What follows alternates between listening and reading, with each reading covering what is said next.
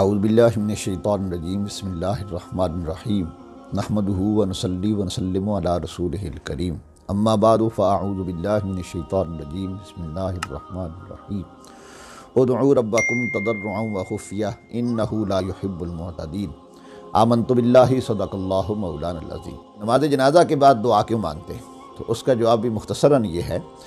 کہ ہر عبادت کے بعد دعا اللہ کو مقبول اور اللہ کو پسند ہے، اس لیے اللہ کے جتنے نبی ولی پیارے ہوئے وہ کوئی بھی عبادت کا کام کرتے تھے تو عبادت کے بعد وہ دعا مانگتے تھے۔ حضرت ابراہیم خلیل اللہ علیہ السلام نے جب بیت اللہ کی تعمیر کی تو اس کے بعد پھر آپ نے اور حضرت اسماعیل علیہ السلام نے دعا مانگی، ربنا تقبل منا انک انت السمیع العلیم، کہ اللہ ہم سے یہ قبول فرما۔ اور ان کی اور بھی بہت ساری دعائیں جو بیت اللہ کی تعمیر کے بعد ہوئیں وہ پہلے اس بارے میں مذکور ہیں، میں تفصیل میں نہیں جانا چاہتا، اختصار کے ساتھ یہ کہ کوئی بھی عبادت ہو اور اس کے بعد دعا مانگی جائے تو اللہ کو قبول ہے، پسند ہے۔ قرآن پاک میں اللہ رب العالمین نے ارشاد فرمایا فَإِذَا فَرَغْتَ فَانْصَبْ، کہ اے محبوب صلی اللہ علیہ وسلم جب آپ فارغ ہو جائیں تو کوشش کریں۔ تو اب کس سے فارغ ہوں؟ امام جلال الدین سیوطی رحمۃ اللہ تعالیٰ علیہ جنہیں 70 مرتبہ حضور علیہ السلام کی زیارت نصیب ہوئی، آپ تفسیر جلالین میں لکھتے ہیں فَإِذَا فَرَغْتَ مِنَ الصَّلَاةِ الْمَكْتُوبَةِ فَانْصَبْ فِي الدُّعَاء، جب آپ فرضی نماز سے فارغ ہوں تو دعا کرنے میں کوشش کریں۔ اس لیے رسول پاک صلی اللہ علیہ وآلہ وسلم بھی نماز کے بعد دعا مانگا کرتے تھے، اور حضور نے ارشاد فرمایا الدعاء مخ العبادہ، دعا عبادت کا مغز ہے۔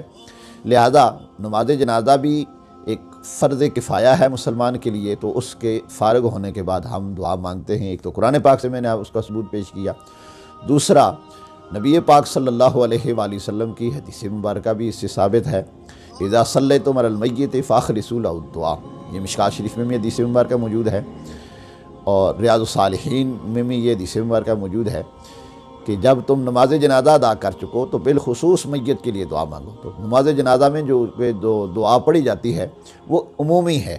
وہ عام مسلمانوں کے لیے مانگی جاتی ہے، گو اس میں وہ بھی شامل ہوتا ہے جو سامنے میت رکھی ہے، لیکن وہ عمومی طور پر ہے اللہم اغفر لحینا و میتنا و شاہدنا و غائبنا۔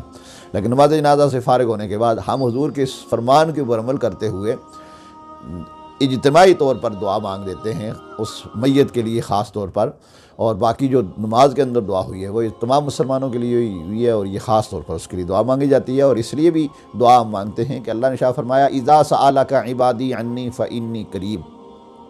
اجیب دعوت الداعی اذا دعانی، محبوب جب میرے بندے میرے متعلق آپ سے سوال کریں تو آپ فرما دیں میں قریب ہوں اور میں اپنے بندوں کی دعا قبول کرتا ہوں جب بھی وہ دعا مانگیں۔ تو جب اللہ رب العالمین اپنے بندوں کی دعا کو سن کر خوش ہوتا ہے اور وہ پسند فرماتا ہے کہ مجھ سے دعا مانگی جائے، تو اس لیے ہم اللہ کو خوش کرنے کے لیے نماز جنازہ کے بعد دعا مانگتے ہیں، اور اللہ رب العالمین نے دعا نہ مانگنے والوں کو ناپسند فرمایا۔ ارشاد فرمایا ان الذین یستکبرون عن عبادتی سیدخلون جہنم داخرین، کہ وہ لوگ جو میری عبادت سے دعا مانگنے سے تکبر کرتے ہیں، غرور کرتے ہیں، ان قریب میں انہیں ذلیل و رسوا کر کر جہنم میں داخل کروں گا۔ تو دعا ساری عبادتوں کا مغز ہے، اس لیے جب بھی مسلمان کو وقت ملے اسے دعا مانگتے رہنا چاہیے، خاص طور پر کسی بھی عبادت کی ادائیگی کے بعد دعا ضرور مانگی جائے۔ نماز جنازہ بھی جو کہ فرض کفایہ ہے، ایک اللہ کی عبادت کی جاتی ہے، اللہ کے حضور دعا کی جاتی ہے، پہلے اس میں